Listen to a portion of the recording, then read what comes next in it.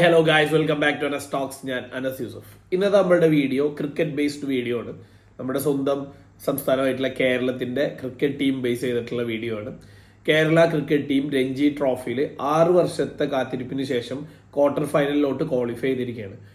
Group ഘട്ടങ്ങളിലെ 7 മത്സരങ്ങളിൽ 3 വിജയവും 4 സമനിലയും നേടി 28 പോയിന്റോടെ ഗ്രൂപ്പിൽ സെക്കൻഡ് പൊസിഷനിൽ വന്നിട്ടാണ് ക്വാർട്ടർ ഫൈനലിലോട്ട് ക്വാളിഫൈ ചെയ്തിരിക്കുന്നത്. ക്വാർട്ടർ ഫൈനൽ മത്സരം ഫെബ്രുവരി 8 ജമ്മു ആൻഡ് കാശ്മീരിനായിട്ടാണ്. ജമ്മു ആൻഡ് കാശ്മീർ ആവട്ടെ മറ്റൊരു ഗ്രൂപ്പിൽ ടോപ്പറായിട്ടാണ് ഫിനിഷ് ചെയ്തിട്ടുള്ളത്. സൂപ്പർ ഫോമിൽ കളിച്ചുകൊണ്ടിരിക്കുന്ന ഒരു ടീമാണ് ജമ്മു ആൻഡ് കാശ്മീർ. സോ നമുക്ക് നല്ല ഫൈറ്റ് കാഴ്ചവെക്കേണ്ടി വരും നമുക്ക് ഫ്രണ്ടിലോട്ട് പോകാൻ. കേരള ക്രിക്കറ്റിനെ സംബന്ധിച്ചിടത്തോളം രഞ്ജി ട്രോഫിയിൽ നമ്മളുടെ ഏറ്റവും മികച്ച പ്രകടനം ഒരു പ്രാവശ്യം സെമി ഫൈനലിസ്റ്റ് ആയി എന്നുള്ളതാണ്. അതിന്റെ അപ്പുറമുള്ള ഒരു പ്രകടനം നമ്മുടെ ഭാഗത്ത് നിന്ന് ഉണ്ടായിട്ടില്ല. So this is the right time to go beyond our borders and create glory for our state. 7 മത്സരങ്ങൾ നമ്മളെ ടീം കളിച്ചപ്പോൾ നമ്മളുടെ ടീമിന്റെ പെർഫോമൻസ് എങ്ങനെയായിരുന്നു എന്നും കൂടി നമ്മൾ ഈ വീഡിയോയിൽ പറയാണ്. 7 മത്സരങ്ങളിൽ നിന്ന് 32 വിക്കറ്റ്സ് എടുത്തിട്ട് ബോളിംഗ് ഡിപ്പാർട്ട്മെന്റിൽ മികച്ച പെർഫോമൻസ് കാഴ്ചവെച്ചിട്ടുള്ളത് കേരള രഞ്ജി ട്രോഫിയുടെ സൂപ്പർ സ്റ്റാർ ആയിട്ടുള്ള ജലജ് സക്സേനയാണ്. ജലജ് സക്സേന 32 വിക്കറ്റ്സ് ആണ് എടുത്തിട്ടുള്ളത്. കഴിഞ്ഞ മാച്ചിൽ നമ്മൾ ബീഹാറിനോട് ഇന്നിങ്സ് വിജയത്തിന് ജയിച്ച് ക്വാർട്ടർ ഫൈനലിലോട്ട് ക്വാളിഫൈ ചെയ്യുമ്പോൾ ആദ്യ ഇന്നിങ്സിലും രണ്ടാമത്തെ ഇന്നിങ്സിലും 5 വീതം വിക്കറ്റ് എടുത്ത് ടെസ്റ്റ് മാച്ചിൽ മൊത്തത്തിൽ 10 വിക്കറ്റ് ഹോള് കരസ്ഥമാക്കാനും ജലജിന് കഴിഞ്ഞു.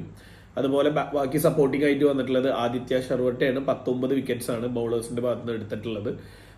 പേസ് ബോളിംഗ് ബോളേഴ്സിന്റെ കാര്യത്തിൽ കുറച്ച് മാച്ചസ് കളിച്ചിട്ടുള്ളെങ്കിലും മികച്ച പെർഫോമൻസ് കാഴ്ചവെച്ചിട്ടുള്ളത് MD നിതീഷാണ്. 9 വിക്കറ്റാണ് നേടിയിട്ടുള്ളത്. ബാറ്റ്സ്മാൻമാരുടെ കാര്യത്തിൽ ഏറ്റവും കൂടുതൽ റൺസ് ഈ ഒരു സീസണിൽ സ്കോർ ചെയ്തിട്ടുള്ളത് നമ്മുടെ ഗ്രൂപ്പ് മത്സരങ്ങൾ കഴിയുമ്പോൾ സ്കോർ ചെയ്തിട്ടുള്ളത് സൽമാൻ നിസാറാണ്. 394 റൺസാണ് സൽമാൻ നിസാർ സ്കോർ ചെയ്തിട്ടുള്ളത്. അതുപോലെ തന്നെ ഹസറുദ്ദീന്, റോഹൻ കുന്നുമ്മൽ, സച്ചിൻ ബേബി തുടങ്ങിയ ബാറ്റ്സ്മാൻമാരും അവരുടെ രീതിയിലുള്ള കോൺട്രിബ്യൂഷൻ ടീമിന് നൽകിയിട്ടുണ്ട്. നമ്മളുടെ ടോപ്പ് ഓർഡർ അത്ര ഫയർ ചെയ്തിട്ടുള്ള ഒരു ഇന്നിങ്സ് നമുക്ക് ഈ കഴിഞ്ഞ 7 മാച്ചസിലും ഉണ്ടായിട്ടില്ല.